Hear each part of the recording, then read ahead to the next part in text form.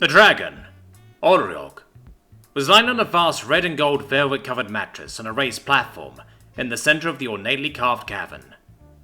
The cavern, the columns, and even the platform supporting the mattress had been carved from the living rock of the mountain, so there were no seams to break up the viscera of marble. Olriog himself was nearly as long as 10 of the knight's swords laid end to end. If they were unfolded, Olriog's thin blue and black wings would span considerably more than that. Olriog was silent, staring at the knight, who had wandered well into the open space before spotting the dragon. Finally, Olriog raised his plated violet head and said, "Those helmets are great at protecting your head from rocks, but they sure are hell on your peripheral vision, aren't they?" Sir Armand of Ludor had a reputation for courage that was, he knew, less about courage and more about planning. He had planned this raid carefully, and had thought he was ready for anything. A surprise blast of fire, a mountain of gold and gems, snarls and insults, a mountain of gold and gems. Actually, he was mostly prepared for a mountain of gold and gems. Everything else he would figure out on the fly like he usually did. Okay, maybe it was more about courage than planning. What he was definitely not prepared for was a very relaxed and articulate dragon, lying on a soft bed with nary a valuable trinket in sight. What? Where? Where is the big mound of gold and gems? Aren't dragons supposed to hoard treasure? Olriog laughed, causing small amounts of smoke to puff out of his nostrils and rise toward the distant ceiling in little rings. Sure, dragons are supposed to hoard treasure, but dragons are supposed to be smart too. Piling a big mound of gold and gems in a cave where just anybody can wander in doesn't sound very smart to me. Ah, you hit it. No, you moron. Stuffing money in a hole in the ground doesn't return any value. A small amount of my fortune is in the vaults under the castle.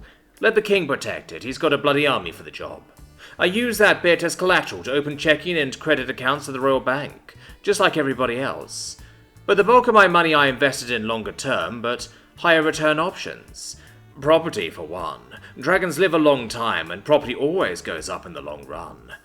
Also, I am the majority shareholder in dozens of publicly traded companies, and have voting shares in dozens more. Olriog paused. Mounds of gold and gems. The dragon laughed again. Whatever for? I suppose you thought I would make a bed out of them, rather than purchase a high-quality mattress too, yes?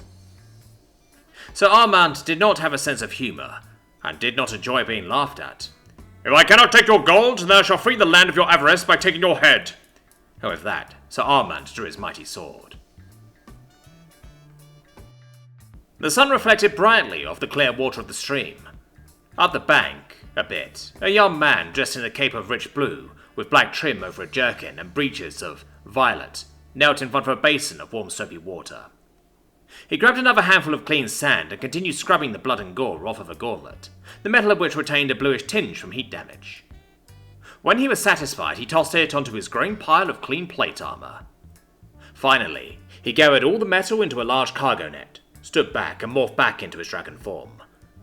Being a dragon is great and all, and he loved the taste of a knight broad in his own armor, but tiny claws halfway up massive wings are just not ideal for doing the dishes.